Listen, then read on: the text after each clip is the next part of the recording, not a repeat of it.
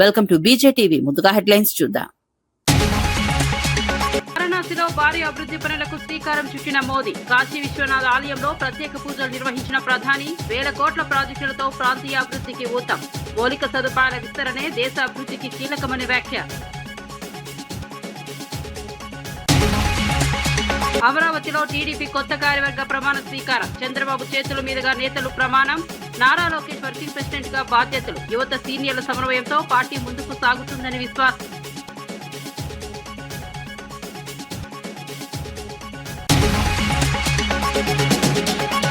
రేవంత్ వైఖరిపై ఘాటు విమర్శలు చేసిన కేటీఆర్. ఎన్నికల ముందు తర్వాత మాటలు మారాయని ఆరోపణ. హామీలు నెరవేర్చలేదని ప్రభుత్వంపై తీవ్ర అసంతృప్తి. అధికార ప్రతిపక్షాల మధ్య మాటల యుద్ధం.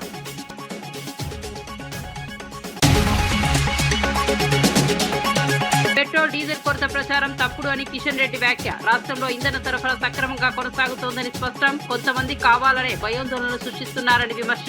ప్రజలు అపోహలకు లోను కాకుండా ఉండాలని కేంద్ర మంత్రి సూచన.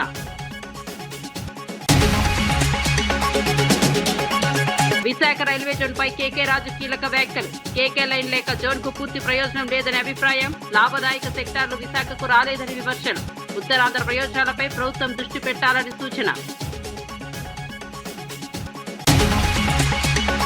అమరావతిలో టీడీపీ నూతన కార్యవర్గ ప్రమాణ స్వీకార కార్యక్రమం ఘనంగా జరిగింది. CM Chandrababu Naidu, polit bureau, జాతీయ రాష్ట్ర కమిటీలకు ప్రమాణం చేయించారు.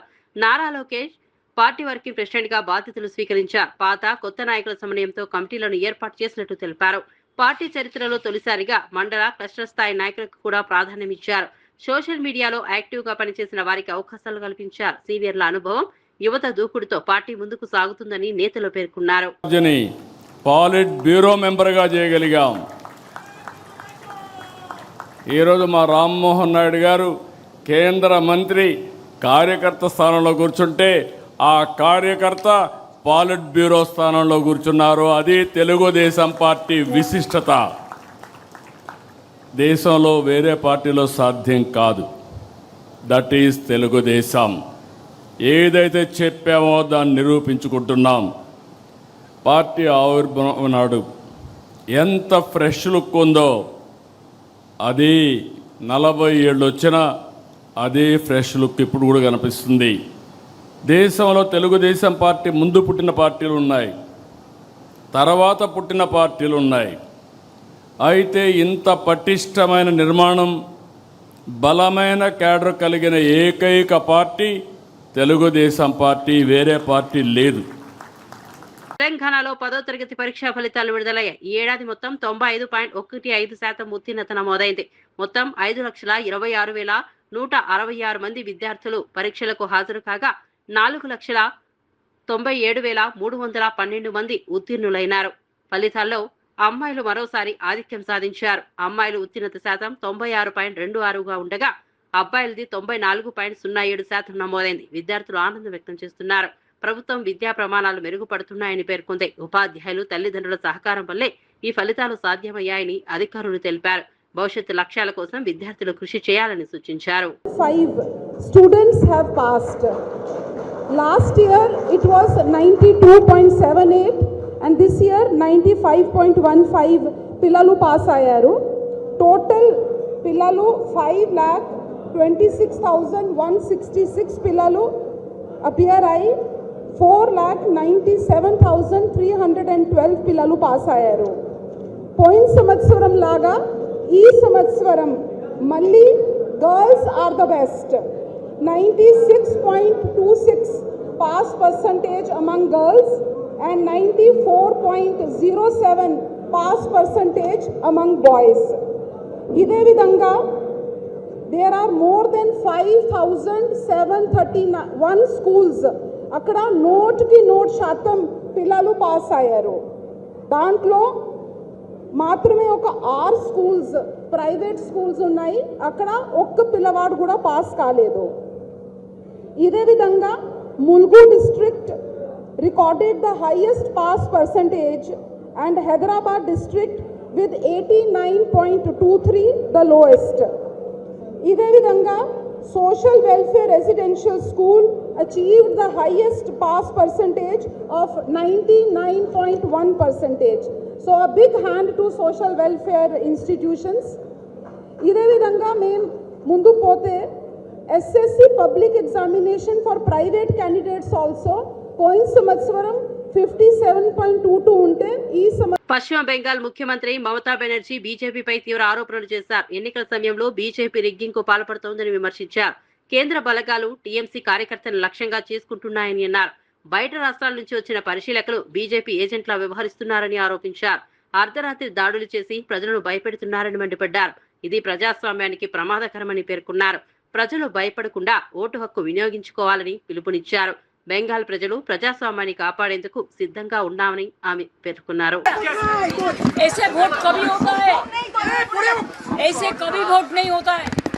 शांति से होता है, लोकतंत्र डेमोक्रेसी का होता है, लेकिन ये तो लोकतंत्र पूरा बालों का बजा दिया, पूरा इसको एट्रोसिटीज कर दिया. Intention is very clear that BJP wants that forcefully to rig the election. But our workers and people are ready to die, but they will not become.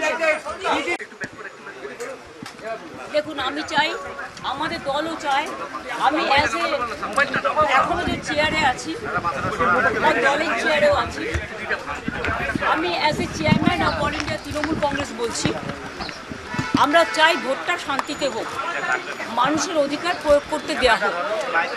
কিন্তু বিশেষ করে কতগুলো অবজারভার নিয়ে আসা হয়েছে বিভিন্ন জায়গা থেকে এবং অনেক police officer. Visakha railway zone అంశంపై వైఎస్ఆర్సీపీ నేత కేకే రాజు కీలక వ్యాఖ్యలు చేశారు. కేకే లైన్ తో కూడిన రైల్వే జోన్ మాత్రమే ఉత్తరాంధ్రకు నిజమైన ప్రయోజనం కలిగిస్తోందని అన్నారు. కానీ ఆ అంశాన్ని పరిగణలోనికి తీసుకోకుండా జోన్ ప్రకటించారని విమర్శించారు. ఆర్థికంగా లాభదాయకమైన సెక్టార్లు విశాఖ జోన్ కు రాలేదని ఆవేదన వ్యక్తం చేశారు. దీంతో ప్రాంతానికి పూర్తి ప్రయోజనం దక్కదని అన్నారు. గతంలో నుంచి ఈ అంశంపై పోరాటం చేస్తున్నామని తెలిపారు. రాష్ట్ర ప్రయోజనాలపై ప్రభుత్వం మరింత దృష్టి పెట్టాలని సూచించారు. జోన్ కాకుండా పక్క జోన్లు కేటాయించి ఈ రోజు ప్రధాన ఆదాయ వనరుగా ఉన్నటువంటి కేకే లైన్ లేకుండా ఈ రోజు మనకు విశాఖపట్నానికి రైల్వే జోన్ ఇవ్వడం జరిగింది. దానివల్ల ఎలాంటి ప్రయోజనం లేదు. కానీ ఈ 40 సంవత్సరాల ఇండస్ట్రీకి అవేమీ కూడా పట్టలేదు. ఏది ఏమైనా ఈరోజు విశాఖపట్నంలో మూలపాడు పోర్టు కానీ, ఉత్తరాంధ్ర ప్రాంతంలో మూలపాడు పోర్టు కానీ, భోగాపురం ఎయిర్పోర్టు కానీ, ఈరోజు గూగుల్ డేటా సెంటర్ సంబంధించి అదాని ఆధ్వర్యంలో గూగుల్ డేటా సెంటర్ నిర్మాణం ఏదైతే జరుగుతుందో ఇవన్నింటినీ కూడా తీసుకొచ్చింది 100% వైఎస్ఆర్ కాంగ్రెస్ పార్టీ ప్రభుత్వం. ఆనాటి ముఖ్యమంత్రులు వైఎస్ జగన్మోహన్ రెడ్డి గారు మాత్రమే అనే దానికి ఇవన్నీ కూడా సాక్ష్యాలు. ఈరోజు జగన్మోహన్ రెడ్డి గారు సింగపూర్ ప్రభుత్వానికి సబ్సీ కేబుల్ తీసుకురావాలి, 3900 కిలోమీటర్లు సుదీర్ఘంగా సబ్సీ కేబుల్ తీసుకొస్తే దానివల్ల మాత్రమే డేటా సెంటర్స్ వస్తాయని దానికి ఆద్యుడు బీజం వేసింది, విత్తనం నాటింది. ఈ ప్రాంత ఐటీ రంగంలో అభివృద్ధి చెందడానికి ఒక వైఎస్ జగన్మోహన్ రెడ్డి గారు మాత్రమే. జగన్మోహన్ రెడ్డి గారు చేసిన కృషి వల్ల, జగన్మోహన్ రెడ్డి గారు తీసుకున్న చొరవ వల్ల, జగన్మోహన్ రెడ్డి గారు సహకరిస్తూ ఆ రోజు అదాని కంపెనీ తీసుకున్న వాళ్ళు కూడా మనతో కలిసి రావడం వల్ల మాత్రమే ఈ రోజు విశాఖపట్నంలో సాఫ్ట్వేర్ రంగంలో పెట్టుబడులు వస్తున్నాయి. సంతోషం, కానీ ఆ పెట్టుబడులు కొనసాగించండి. తెలంగాణ పట్ల కేంద్ర ప్రభుత్వం వివక్ష చూపుతోందని మంత్రి పొంగులేటి శ్రీనివాసరెడ్డి ఆరోపించారు. గతంలో యూరియా సరఫరాలో ఇబ్బందులు కలిగించిన కేంద్రం ఇప్పుడు పెట్రోల్, డీజిల్ విషయంలో కూడా అదే వైఖరి కొనసాగుతోందన్నారు. రాష్ట్రానికి అవసరమైన ఇంధన కోటా అందించడంలో కేంద్రం విఫలమైందని విమర్శించారు. కేంద్ర మంత్రులు కిషన్ రెడ్డి, బండి సంజయ్ తక్షణమే ప్రధానితో మాట్లాడి సమస్య పరిష్కరించాలని డిమాండ్ చేశారు. రాష్ట్రంపై నిందలు వేయడం ఆపాలని హెచ్చరించారు. రైతులు, సాధారణ ప్రజలు ఇబ్బందులు పడుతున్నారని ఆవేదన వ్యక్తం చేశారు. అప్లై చేయించాల్సిన బాధ్యత కేంద్ర ప్రభుత్వంలో ఉన్న మీది. అది మీరు విస్మరించి తప్పు మీరు చేసి కేంద్ర ప్రభుత్వం నుంచి ఇవ్వాల్సిన పెట్రోల్, డీజిల్ మీరివ్వక ఆ నిందని ఈ రాష్ట్ర ప్రభుత్వం మీద కానీ, ఈ రాష్ట్ర ప్రజలు ఇబ్బంది పడే విధంగా కానీ మీరు చేస్తూ ఉంటే ఈ రాష్ట్ర ప్రభుత్వం ఊరుకోదు. ఇప్పటికైనా బండి సంజయ్ గారు కానీ, కిషన్ రెడ్డి గారు కానీ కేంద్ర పెట్రోలియం శాఖ మంత్రి గారితో, ప్రధానమంత్రి గారితో మాట్లాడి రాష్ట్రానికి రెగ్యులర్ గా రావాల్సిన పెట్రోల్, డీజిల్ తక్షణమే రిలీజ్ చేపించి బాధ్యత మీ మీదుంది, అది విస్మరించొద్దని కూడా ఈ వేదిక ద్వారా కేంద్ర ఇద్దరు మంత్రుల్ని ప్రశ్నిస్తూ, రాష్ట్ర ప్రజలకి పూర్తిగా కేంద్ర ప్రభుత్వం నుంచి రావాల్సిన రాకపోయినా ఇబ్బంది ఉన్నా తప్పకుండా కేంద్ర ప్రభుత్వం మీదైనా ఈ ప్రభుత్వం కొట్లాడుద్ది. నిజామాబాద్ జిల్లాలో కొత్త పార్టీ కార్యాలయ భవన నిర్మాణానికి టీపీసీసీ చీఫ్ మహేష్ కుమార్ గౌడ్ భూమి పూజ చేశారు. ఈ కార్యక్రమంలో మంత్రి సీతక్క, ప్రభుత్వ సలహాదారు సుదర్శన్ రెడ్డి పాల్గొన్నారు. సొంత జిల్లాలో పార్టీ ఆఫీస్ నిర్మాణం ప్రారంభించడం ఆనందంగా ఉందని మహేష్ కుమార్ గౌడ్ తెలిపారు. కార్యాలయం పూర్తయిన తర్వాత రాహుల్ గాంధీ చేతుల మీదుగా ప్రారంభిస్తామని వెల్లడించారు. పార్టీ బలోపేతానికి ఇది కీలక అడుగని పేర్కొన్నారు. గ్రామ స్థాయి నుంచి రాష్ట్ర స్థాయి వరకు పార్టీని మరింత విస్తరించేందుకు చర్యలు తీసుకుంటామని చెప్పారు. వచ్చే ఎన్నికల్లో 100కి పైగా సీట్లు సాధించి అధికారాన్ని నిలబెట్టుకుంటామని ధీమా వ్యక్తం చేశారు. విచ్ఛిన్నం చేస్తూ సామాన్యుడికి ప్రభుత్వం దూరమైంది. బీజేపీ ప్రభుత్వం అదానీ, అంబానీ లాంటి పెత్తందాలను పెంచిపోసింది తప్ప సామాన్యుడికి ఎక్కడ కూడా లాభం చేకూర్చిన పని చేయలే. 10 ఏళ్ళు జరిగిన దోపిడీ, ఆర్థిక విధ్వంసం, వారు కూడబెట్టుకున్న ఆస్తులు, పంపకాల్లో తేడాలే ఇలా కవితమ్మ గారు బయటకు వచ్చి పార్టీ పెట్టినారు. ఆత్మాభిమానం అంటారు, సంతోషం. కవిత గారు పార్టీ పెట్టారు, స్వాగతిస్తాం. కానీ ఆనాడు 10 ఏళ్ల దోపిడీలో మీ భాగస్వామ్యం ఉందనే మాట మాత్రం మర్చిపోకూడదనే మాట ఈ సందర్భంగా మనవి చేస్తా ఉన్నాను. వచ్చే ఎన్నికల్లో 100 సీట్లు పైన గెలుస్తాం, మళ్ళీ అధికారంలోకి వస్తాం. ఇది కానుకగా రాహుల్ గాంధీ, ఖర్గే గారికి అప్పచెప్తామనే మాట కూడా ఈ సందర్భంగా మనవి చేస్తా ఉన్నాను. నర్సీపట్నంలో జరుగుతున్న లేటరైట్ త్రవ్వకాలపై మాజీ ఎమ్మెల్యే ఉమాశంకర్ గణేష్ తీవ్ర ఆరోపణలు చేశారు. స్పీకర్ అయ్యన్న పాత్రుడు ఆధ్వర్యంలోనే ఈ త్రవ్వకాలు జరుగుతున్నాయని అన్నారు. భారీ స్థాయిలో అవినీతి జరుగుతోందని ఆరోపించారు. యువ నాయకుడి పేరుతో 100 కోట్ల దోపిడీ జరుగుతోందని విమర్శించారు. ఎంపీ సీటు కోసం బుడుపులు వెళ్తున్నాయనే ప్రచారం కూడా ఉందని అన్నారు. ఈ వ్యవహారంపై పూర్తి స్థాయి విచారణ జరపాలని డిమాండ్ చేశారు. ప్రజా వనరులను కాపాడాల్సిన బాధ్యత ప్రభుత్వానిదని పేర్కొన్నారు. అహంకారంతో మాట్లాడుతున్నాడు. నిజంగా ఈయన పంపించిన డబ్బులు మరి ఎవరికో యువ నాయకుడికి ఇస్తాడో లేదో నాకు తెలియదు, కానీ ఆ యువ నాయకుడి పేరు మీద మాత్రం 100 కోట్ల రూపాయలు దోచేస్తాడు అయిన పత్రుడు. సుమారుగా 400 కోట్ల రూపాయలు దోచాడు ఈ సంవత్సరంలో. మరి అలాగే కేవలం ఏంటంటే రాజ్యసభ కోసం ఆ కొడుకుని రాజ్యసభ ఇవ్వాలి, రాజ్యసభ ప్రమోట్ చేయాలనే ఉద్దేశం మీద అంటే ఒక్కటే అడుగుతున్నా ఈ రోజు, అంటే 100 కోట్ల రూపాయలు అంటే రాజ్యసభ వస్తుందని చెప్పి అడుగుతున్నా. నిజంగా ఈ కొడుకు కానీ రాజ్యసభ కానీ వచ్చినట్లయితే ఏదైతే అహంకారంతో మాట్లాడారో అయ్యన్న పాత్రుడు నిజమనే మేము భావించాలి నిజంగా వస్తే. ఎందుకంటే 100 కోట్ల రూపాయలు ఇచ్చని చెప్పి అందరితో అహంకారంతో మాట్లాడుతున్నాడు. నిజంగా ఈయనకి రాజ్యసభ వస్తే నిజంగా 100 కోట్ల రూపాయలు ఇచ్చే తెచ్చుకున్నాడని చెప్పి మేము అందరూ కూడా భావిస్తాం. అలాగే అయ్యన్న పాత్రుడు పక్కనే మాకు చోడవరం నియోజకవర్గం రోలుకొండ మండలం అన్ని క్వారీస్ ఉన్నాయి. ఆయనకి ఏంటి సంబంధం సార్? అక్కడ పక్కనే చోడవరం నియోజకవర్గం అయినప్పుడు కూడా ఈయనకి ట్యాక్స్ కట్టాలి. ఏంటంటే ట్యాక్స్ ఏపీ ట్యాక్స్ అట. ఏట్రా బాబు ఏపీ ట్యాక్స్ ఈయన ఎందుకు కట్టాలి? చోడవరం నియోజకవర్గం అంటే అయ్యన్న పాత్రుడు ట్యాక్స్ అట. కోట్ల రూపాయలు రోలుగుంట్ల క్వారీలో ఒక రాయి బయటికి రావాలంటే అయ్యన్న పాత్రుడు ట్యాక్స్ కట్టే ఇప్పటికే కోట్ల రూపాయలు దోచేశాడు అయ్యన్న పాత్రుడు. అంటే ఈ విధంగా ఇంకోటి చెప్పాలి, ముఖ్యంగా ఈ రోజు ఎండోమెంట్స్ ల్యాండ్స్ ఉన్నాయి మా అందరికి కూడా. ఎండోమెంట్ ల్యాండ్స్ సుమారుగా అక్కడ 100 ఎకరాలు ఉంది. మొన్ననే చూసాం, సుమారుగా 30 ఎకరాల్లో లీజ్కి ఇచ్చాడు ఆయన. ఎక్కడ టెండర్స్ లేవు. ఆల్రెడీ 30 ఎకరాలు కూడా ఇదేది సోలార్ ప్రాజెక్ట్ పెట్టించాడు. బినామీ ఎవరో పేరు పెట్టి ఈయనే. అదేంటంటే 30 ఎకరాలు కూడా 30 సంవత్సరాలు లీజ్ అట, కేవలం నామినేషన్ మీద. ఇదే కాకుండా ఉన్న 70 ఎకరాలు కూడా ఇప్పుడు తీసుకుంటున్నాడు ఆయన. అంటే సుమారుగా 100 ఎకరాలు అంటే 100 కోట్ల రూపాయలు. నేను ఒకటే అడుగుతున్నా, ఈ రోజు ఆ భూముల్లో కొన్ని సంవత్సరాల నుంచి 50-60 సంవత్సరాల నుంచి రైతులు దాని మీద బతుకుతున్నారు. ఎందుకు వాళ్ళకి ఇవ్వలేదని చెప్పి ఎండోమెంట్ అధికారులు అడిగితే వాళ్ళు అంటారు, ఎవరన్నా ఇస్తే 5,000 ఇస్తున్నారు, వీళ్ళైతే 30,000 రూపాయలు ఇస్తారు కనుక వీళ్ళకి నామినేషన్ పద్ధతులు ఇచ్చామంటున్నారు. అంటే ఈ రోజు 30,000 రూపాయలు ఎకరానికి ఇస్తే 30 సంవత్సరాలు లీజుకి ఇచ్చారు. రేపు ఎవరైనా 50,000 ఇస్తుందంటే 50 సంవత్సరాలకు ఇచ్చేస్తారని చెప్పి అడుగుతున్నా.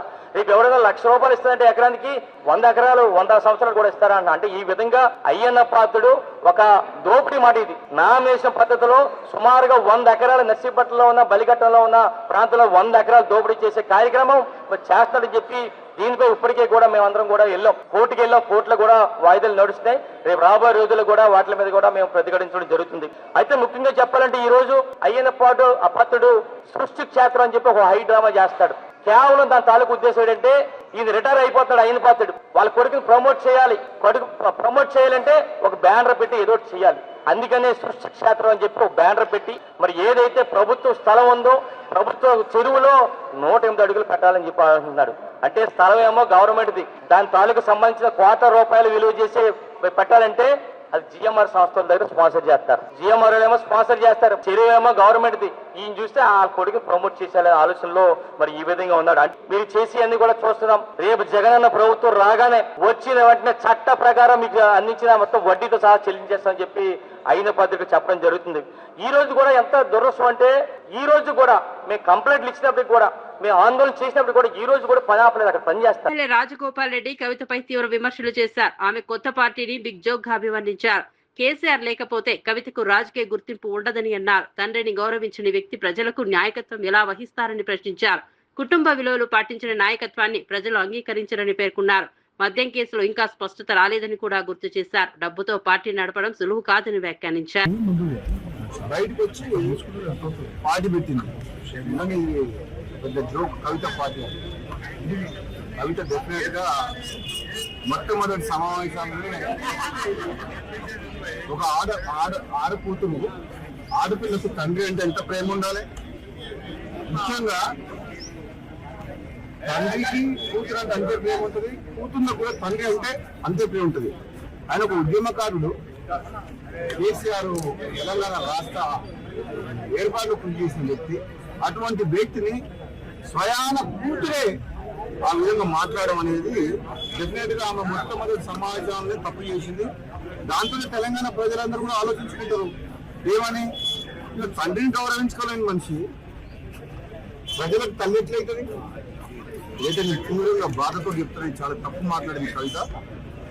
నీకు మీ అన్నతో కోపం ఉండొచ్చు, నీకు అధికారం కావాలనే ఆశ ఉండొచ్చు, అంతేగాని దానికోసం నువ్వు ఫైట్ చేస్తే తప్పులేదు. కానీ నువ్వు మీ తల్లి సొంత కన్న తండ్రిని ఆ మాట అనడం, నీవు చేస్తా తెలంగాణలో అని అంటే నువ్వు ఎవరు నమ్ముతావు? నేను అసలు యాక్చువల్గా క్లారిటీ ఇంతవరకు మాత్రం లిక్కర్ కుంభకోణంలో క్లీన్ చీట్ ఎక్కడ వచ్చింది? మద్యం కుంభకోణం విషయంలో కోర్టు ఇంకా పెండింగ్ లో ఉన్నది.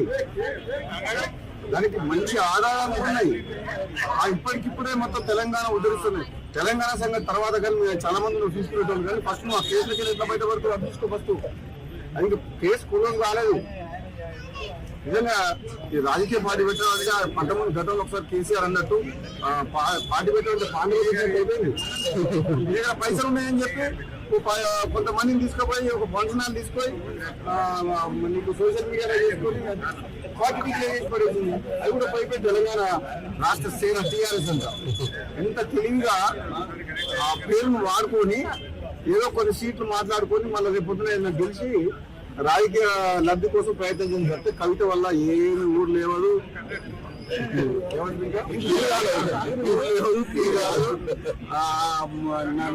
వరకు అయితే ఆమె స్వయంగా కూడా గెలవదు. ఆమె పార్టీ సంఘం వదిలిపెట్టు, సొంతంగా ఆమె పోటీ చేసిన నియోజకవర్గంలో కూడా డిపాజిట్ కూడా రాదు కవితకు. ఎందుకంటే మర్యాద పోగొట్టుకుంది. ఫస్ట్ మీటింగ్ తండ్రిని కేసీఆర్ లాంటి వ్యక్తిని పెట్టి ఆమె ఉన్న మర్యాద పోగొట్టుకుంది. TRS working president KTR CM Revanth రెడ్డిపై ఘాటు వ్యాఖ్యలు చేశారు. ఎన్నికలకు ముందు ఒకలా తర్వాత మరోలా ప్రవర్తిస్తున్నారని విమర్శించారు. మారిన మనిషి అంటూ చెప్పుకుంటున్న రేవంత్ వాస్తవానికి మాటలు మారుస్తున్నారని అన్నారు. ప్రజల విమర్శలను వినడంలో కూడా ఆయనకు విచిత్రమైన ఆనందం ఉందని ఎద్దేవా చేశారు. ప్రభుత్వ పనితీరుపై అసంతృప్తి వ్యక్తం చేశారు. ప్రజలకు ఇచ్చిన హామీలు నెరవేర్చలేదని ఆరోపించారు. ఎలక్షన్లకు ముందేమో పాలమూరు బిడ్డ, ఇప్పుడు పాలమూరు ప్రాజెక్టును పట్టించుకోని బిడ్డ. ఎందుకు మరి నువ్వు ముఖ్యమంత్రిగా ఉండి ఏం లాభం ఈ రాష్ట్రానికి? నీ నాగర్ కర్నూలులో నీ పాలమూరులో ఇలా రైతులు రోడ్డుకి ధర్నా చేస్తుంటే సిగ్గనిపిస్తలేదా? బాధ అనిపిస్తలేదా? గురుకుల పాఠశాలలు మేము బ్రహ్మాండంగా నడిపితే ఆనాడు ఇవాళ 140 మంది పిల్లలు చచ్చిపోయినారు ఆ గురుకులాల్లో ఈ రేవంత్ రెడ్డి వచ్చినాక. సిగ్గనిపిస్తలేదా? కరెంట్ ఇయ్యలేకపోతున్నావు, సిగ్గనిపిస్తలేదా? రైతు బంధు పడతలేదు, సిగ్గనిపిస్తలేదా? రైతుల ధాన్యం ఇవాళ రోడ్ల మీద తడిచి రైతులు ఏడుస్తుంటే బాధ అనిపిస్తలేదా? ఇంకా ఆయన అంటున్నాడు మేము తిడుతుంటేనంట ఇట్లా విమర్శ చేస్తుంటే ప్రజల పక్షాన ఆయనకు మా తిట్లు వింటుంటే ఆయనకు సాడిస్టిక్ ప్లెజర్ వస్తుందంట, పైశాచిక ఆనందం వస్తుందంట. ఏమనాలి ఆయనని? మేము ఇంకా ఏమనాలో కూడా అర్థం కావట్లేదు. అందుకే మీతో నా ప్రార్థన, మా కల్వకుర్తి సోదరులతోన, మనము మళ్ళీ లాస్ట్ కేసీఆర్ వస్తాడులే ఇట్లా చేయి ఊపుతాడు, మేము కూడా ఇట్లా ఊపుదాము. కేటీఆర్ మధ్యలో ఒకసారి వస్తాడు, ఆయన కూడా ఇట్లా అంటాడు, మేము కూడా ఇట్లా అందాము, కానీ మేము మాత్రం ఏం చెయ్యము అంటే కుదరదు. శ్రీధర్ చెప్పింది అక్షర సత్యం. దయచేసి మా మిత్రులను కోరుతా ఉన్నాం, దయచేసి మీ స్థానిక సమస్యలు మీ గ్రామాల్లో ఉండే సమస్యలు, మీ మండలాల్లో ఉండే సమస్యలు, అవి రైతులే కావచ్చు, కులవృత్తులే కావచ్చు, లేదా ఇతరులే కావచ్చు, విద్యార్థులే కావచ్చు, ఇంకోరి కావచ్చు, ఎత్తుకోండి. వాళ్ళ తరపున రోడ్డు ఎక్కండి, కదం దొక్కండి. ఇచ్చినాం, ప్రభుత్వానికి ఇచ్చే కాడికి టైం ఇచ్చినాం. మనం కూడా ఓపిక పట్టినాం. 2.5 ఏళ్ళు సరిపోయింది, 50% ఓవర్. ఇంకొక ఇందాక ఎవరో సోదరుడు మాట్లాడుతూ ఇంకో 2 ఏళ్ళు గడ్డు కాలం అన్నాడు, వెంకటేష్ అనుకుంటా. 2 ఏళ్ళు ఏం లేదు, ఇంకొక సంవత్సరం తర్వాత కూర్చున్న కుక్క కూడా లేవదు రేవంత్ రెడ్డి గారికి. కూర్చున్న కుక్క కూడా నిలబడదు అంటున్నా. అధికారులు వినరు మాట, ఎందుకంటే ఆఖరి సంవత్సరం మొత్తం ఎలక్షనే కాబట్టి ఇంకొక సంవత్సరం తట్టుకోవాలా ఈ దుర్మార్గ అరాచక పాలన. కానీ ఈ సంవత్సరంలోనే మన శక్తి ఏందో, మన సత్తా ఏందో కూడా చూపెట్టాలి. ఖచ్చితంగా గలం విప్పాలి, బలం చూపాలి. ఎట్లా అయితే తెలంగాణ ఉద్యమంలో ఆనాడు కదం దొక్కినామో, ఇప్పుడు మళ్ళొక్కసారి కాంగ్రెస్ నుండి ఈ రాష్ట్రాన్ని కాపాడుకోవడానికి, కాంగ్రెస్ కబంధహస్తం నుంచి ఈ రాష్ట్రాన్ని కాపాడుకోవడానికి తప్పకుండా అందరం కూడా నడుం బిగించాల్సిన బాధ్యత మన మీద ఉన్నది. ప్రధాని నరేంద్ర మోదీ వారణాసి పర్యటనను కొనసాగిస్తున్నారు. కాశీ విశ్వనాథ ఆలయంలో ప్రత్యేక పూజలు నిర్వహించి లోక కళ్యాణం కోరుకున్నారు. ఈ పర్యటనలో 6,350 కోట్ల విలువైన అభివృద్ధి పనులకు శంకుస్థాపనలు, ప్రారంభోత్సవాలు చేశారు. అమృత్ భారత్ ఎక్స్ప్రెస్ రైలు, గంగా నదిపై రైల్ కమ్ రోడ్ బ్రిడ్జ్ వంటి కీలక ప్రాజెక్టులు ప్రారంభమయ్యాయి. ప్రాంతీయ అభివృద్ధికి దోహదం చేస్తాయని తెలిపారు.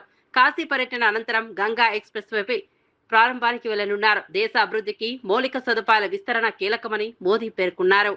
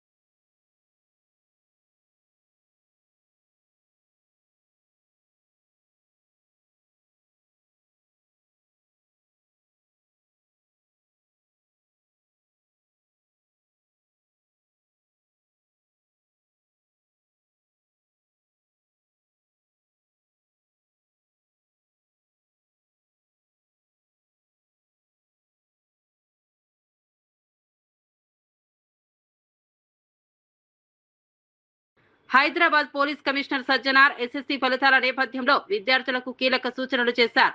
పరీక్షల్లో విఫలమైన ఆత్మహత్యల వంటి తీవ్ర నిర్ణయాలు తీసుకోవద్దని విజ్ఞప్తి చేశారు. మార్కులు జీవితాన్ని నిర్ణయించవని, భవిష్యత్ అవకాశాలు ఎన్నో ఉంటాయని తెలిపారు. తల్లిదండ్రులు కూడా పిల్లలపై ఒత్తిడి చేయకుండా ఉండాలని సూచించారు. పిల్లల ప్రవర్తనలో మార్పులు గమనించి అవసరమైన సపోర్ట్ ఇవ్వాలని కోరారు. భావోద్వేగంగా వారికి తోడుగా నిలవాలని చెప్పారు.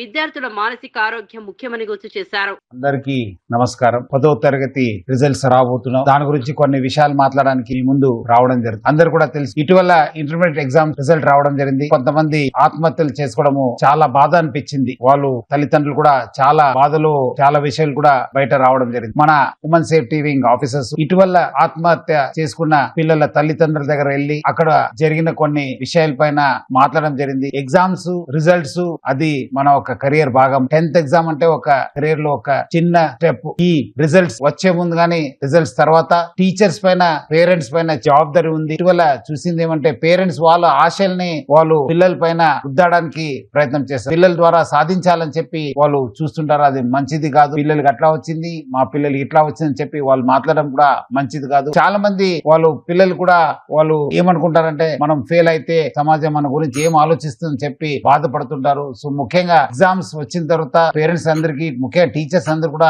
ఎవరెవరు ఇలాంటి తక్కువ మార్క్స్ వచ్చిన పిల్లలతో చాలా టైం గడపాలి. పేరెంట్స్ వాళ్ళతో ఉండాలి, వాళ్ళకు ధైర్యం నింపాలి, అట్లానే వాళ్ళకు తెలియపరచాలి. ఎగ్జామ్స్ అనేది ఒక చిన్న స్టెప్. రెట్టింపు ఉత్సాహంతో రాసి ఇంకా ఎక్కువ మార్క్స్ తీసుకోవడానికి ఒక మంచి అవకాశం అని చెప్పి పాజిటివ్ ఫీలింగ్ తీసుకోవడానికి వాళ్ళు ప్రయత్నం చేయాలి. తెలంగాణలో పెట్రోల్, డీజిల్ కొరతపై వస్తున్న ప్రచారంపై కేంద్ర మంత్రి కిషన్ రెడ్డి స్పందించారు. రాష్ట్రంలో మొత్తం 4,325 పెట్రోల్ బంకులు ఉండగా అందులో కేవలం 106 బంకుల్లో మాత్రమే స్టాక్ లేదని స్పష్టం చేశారు. కొరత ఉందని తప్పుడు ప్రచారం జరుగుతోందని, దీనివల్ల ప్రజల్లో అనవసర ఆందోళన పెరుగుతోందని అన్నారు. సరఫరా వ్యవస్థ సక్రమంగా కొనసాగుతోందని, ప్రజలు గందరగోళానికి గురి కావాల్సిన అవసరం లేదని సూచించారు. కొంతమంది కావాలనే భయాందోళనలు సృష్టిస్తున్నారని విమర్శించారు. కేంద్రం పరిస్థితిని నిశితంగా పరిశీలిస్తోందని తెలిపారు. ప్రజలు అపోహలకు లోను కాకుండా సాధారణంగా వ్యవహరించాలని కోరారు. అదే హైదరాబాద్ తీసుకుంటే హైదరాబాద్ సిటీ పరిధిలో 3200 యావరేజ్ ఉంటుంది. ఈరోజు డబల్ 6400 సప్లై చేస్తా ఉన్నాం. మరి ఇది షార్టేజ్ అని ఏ రకంగా అనుకుంటాం మనం? అనేక కారణాలు ఉన్నాయి. ఇంత పెరగడానికి కూడా అదే డీజిల్ తీసుకుంటే డీజిల్ యావరేజ్గా 8000 ఉంటుంది. 8000 కేఎల్. ఈరోజు డీజిల్ తెలంగాణలో మరి 15500 యావరేజ్ ఈరోజు మనం ఇస్తా ఉన్నాం.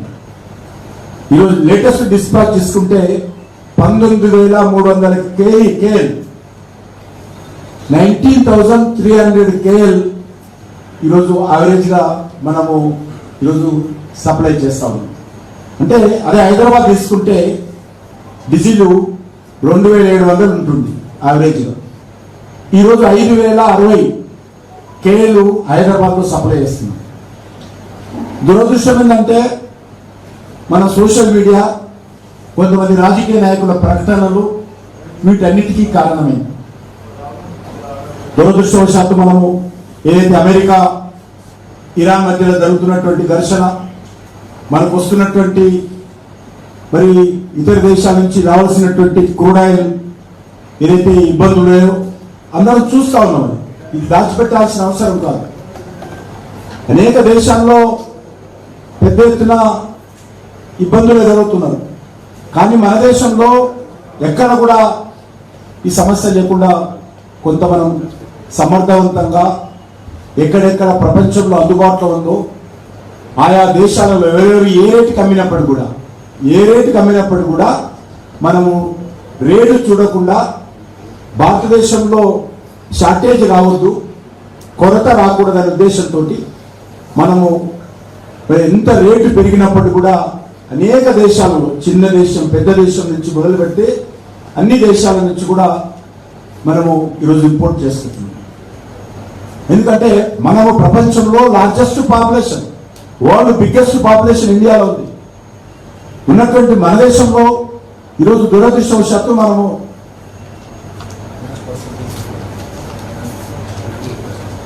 88% మనం ఇతర దేశాల మీద ఆధారపడి ఈరోజు పెట్రోల్ ఉత్పత్తులు సరఫరా చేస్తున్నాం.